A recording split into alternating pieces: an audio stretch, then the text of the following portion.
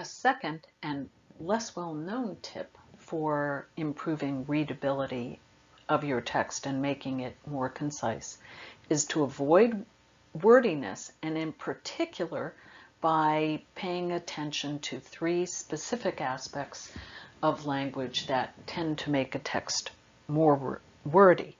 So roots of wordiness include the use of demonstratives, the use of expletives, and the use of nominalizations. Now, what are these? This, that, these, and those. Those words are demonstrative adjectives or pronouns depending on their use. So as an adjective, this is terrible. That demonstrates something. It requires that the reader knows what this is referring to. That is unexpected. Those are cool.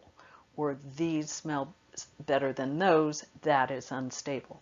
In all these circumstances, these words, this, that, these, and those, point to something else or indicate or demonstrate something else in the text. It is better if the reader doesn't have to fill in the blanks. So this meal is terrible. That result is unexpected. Those shoes are cool. These roses smell better than those lilies. The point here is that when you see these four words, this, that, these, those, it's time for you to stop to see if not that you know what they're referring to, but it's very explicitly clear in the text that the reader knows what's being demonstrated.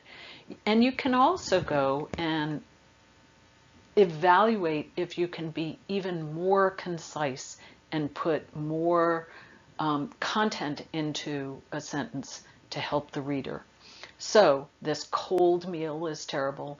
The negative result is unexpected. Those purple shoes are cool. These roses smell better than those lilies.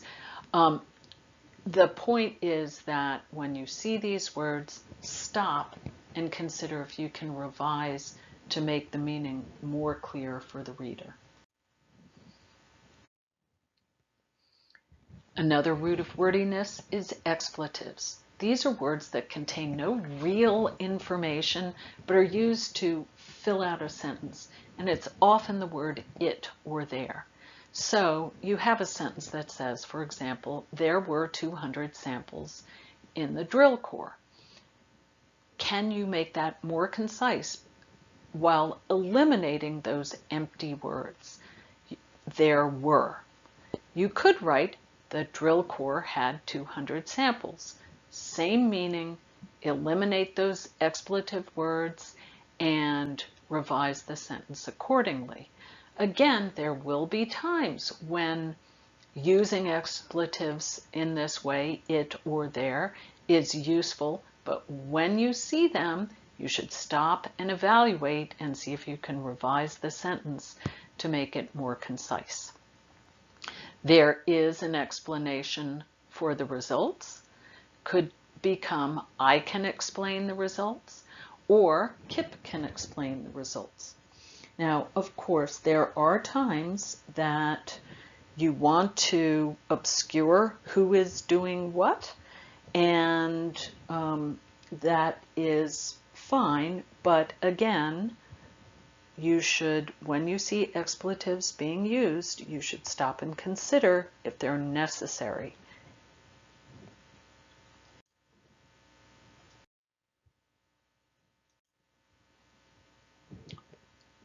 A final root of wordiness for you to pay attention to are nominalizations.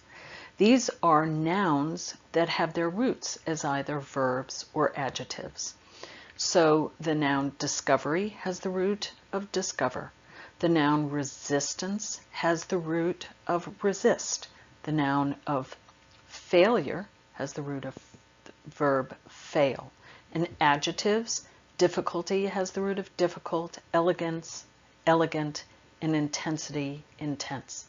So when you see a noun that has its root or as a verb or an adjective, you should stop and consider if you can revise a sentence that includes those nouns to turn the noun back into its verb or adjectival root and see if you can revise the sentence for clarity and conciseness. Let's look at some examples. Here's a sentence. The intention of the committee is the improvement of morale. That clearly seems wordy, but it is grammatical and correct in its punctuation. But you notice that there are two nominalizations. Intention has the root of intend, and improvement has the root of improve. Can you revise to make the sentence more concise and more readable? You can. The committee intends to improve morale. So intention becomes intend and improvement becomes improve. And you'll also notice that it is now in active voice with an agent of action in the subject position of the sentence. Another example, she made the suggestion that we do another experiment. Where's the problem, or where's the root of wordiness? In suggestion, which has the root of suggest. Revise, she suggested that we do another experiment. These are just a few examples of roots of wordiness that you can pay more attention to, and when you see those aspects of language, you can stop and note if there is a problem. You can diagnose the nature and the location of the problem, and you can revise to look for ways to make an active voice sentence with fewer words that will be more readable and concise for your intended readers. So again, thinking about writing as revising and revising as editing. Remember that there are these three stages in writing, and that the first and important stage of considering your scope and your purpose and your audience should be revisited as you are drafting and revising the text. And the more you're willing to go back and make sure that the text that you're writing addresses the needs of your audience and your scope and your purpose, the more quickly and effectively you'll be able to get to that final desired text. So in summary, remember that audience, purpose, and scope matter, and you need to bear those aspects of your text in mind all the time. That writing and editing are recursive cognitive processes that you should move among when you are writing and editing and generating text and evaluating it. Remember that grammar is not the same as style, is definitely not the same as readability, and that readability of a text is created on levels of content, paragraph structure, sentence structure, and word choice. And that when you are editing, it is useful to think of editing as a three-part skill: detection, diagnosis, and revision. And that good writing comes from rewriting, and that you can edit and rewrite on the language level and also on the structure and content and meaning level. And to improve the readability of the text, you should use active voice and avoid using the forms of expletives, demonstratives, and nominalizations.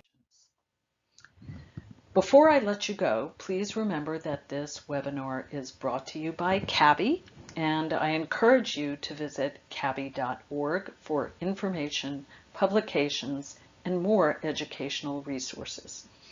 I hope in particular that you'll look at our journal, CABI Agriculture and Bioscience. We are published in collaboration with BMC. which is the open access branch of Springer Nature Publishing. We're led by an editorial board of top-ranking researchers from around the world.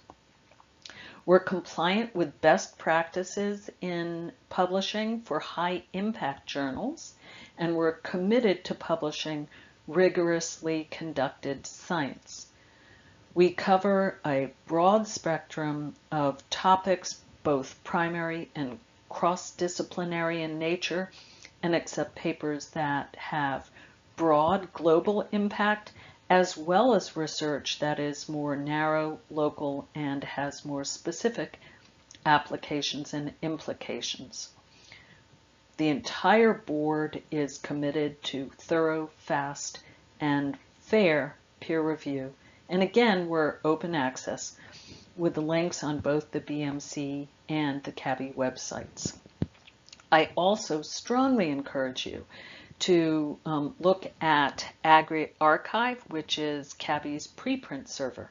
This is a free open access resource for unpublished preprint materials across all the agriculture and biosciences.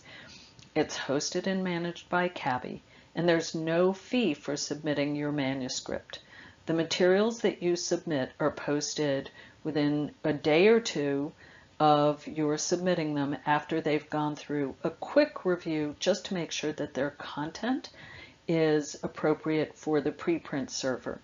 The materials are not, however, peer-reviewed or edited or typeset or changed in any way before being posted online. Every document posted online is given a DOI, a digital object identifier.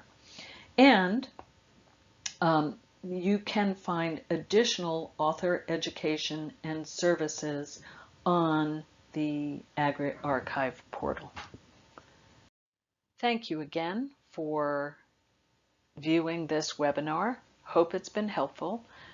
If you have questions or comments, please feel free to write me at p.benson@cabi.org.